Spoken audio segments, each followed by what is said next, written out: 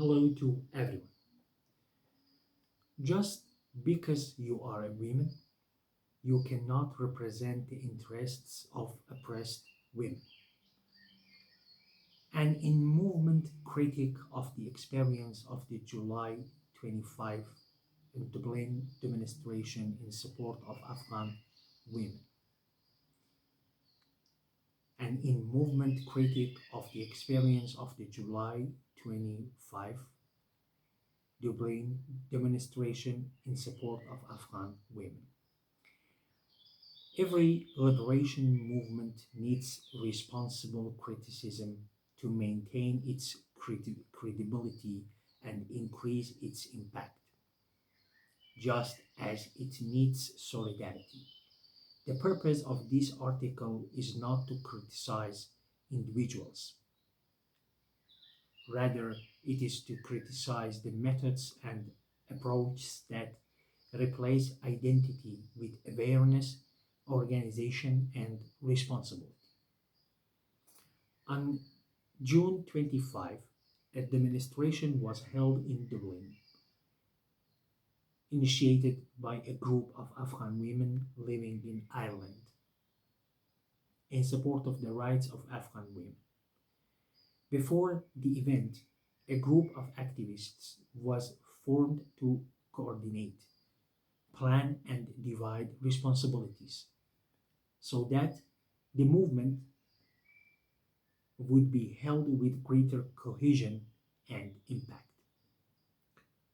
However, during the preparation process, some of the collective decisions were ignored, and in some cases, individual decisions prevailed over common agreements. As a result, some of the plans and principles that had been developed with the participation of members were not fully implemented. The demonstration began at the announced time, but weaknesses in organization were evident from the very beginning. The number of posters was limited, coordinated slogans were not prepared in advance and distributed among the participants, and many attendees were not aware of the common slogans. As a result, part of the program time was spent on momentary coordination and recording images. And the protest message on the demonstration did not find the coherence and clarity that was expected. Recording and publishing images is necessary to convey the protest message. But when it replaces organization, targeted messaging, and a coherent presence, the effectiveness of the protest movement is reduced. Protesting in defense of Afghan women should not be reduced to a symbolic movement or an opportunity to be present on social networks.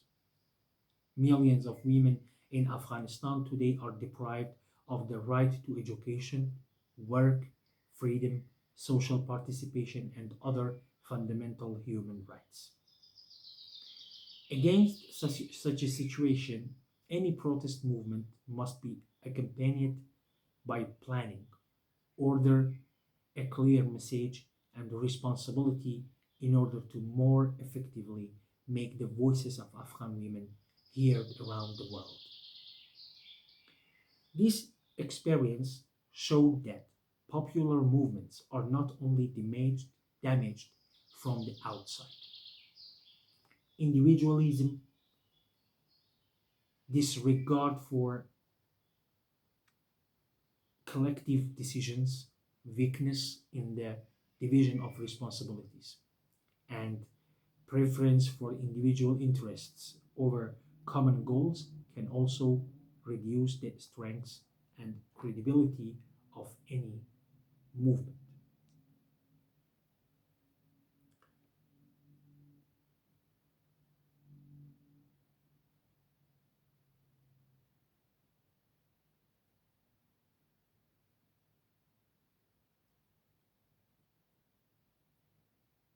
Fragmentation and weakness in organization unintentionally contribute to the weakening of the voice of Afghan women in the public arena. Therefore, criticizing these shortcomings is part of our responsibility towards the women's movement, not an action against it. From the perspective of a progressive and justice seeking approach, the struggle of Afghan women cannot be limited only to demanding legal equality between women and men. Afghan women are victims of religious tyranny, political repression, poverty, deprivation of education, and structures that reproduce inequality and social exclusion. At the same time as gender oppression. Therefore, the struggle for women's liberation is an inseparable part of the struggle for freedom, social justice, and human dignity. Accordingly, simply being a woman or having the title of women's rights activists does not in itself mean representing the interests of oppressed women. Representation is not a biological position, it is a political, moral, and social responsibility. What gives an activist credibility is not gender, but awareness, commitment, honesty, accountability, discipline, and practical adherence to collective interests. The experience of this demonstration can become a starting point for reforming and strengthening future movements. The formation of specific committees for planning, media, logistics, slogans, speakers, order, and communication with the media and civil society, along with respect for collective decisions, can increase the quality and effectiveness of future gatherings.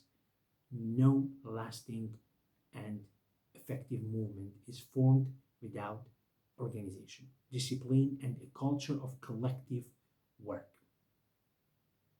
The women's movement is not built on identity, it is built on awareness, organization, responsibility, and collective struggle.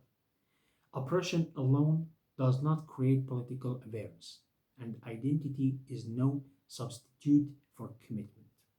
What makes a person a true representative of the interests of oppressed women is not gender, but a conscious choice to stand with them, to defend collective interests, and to commit oneself in practice to the ideals of freedom, equality, and justice.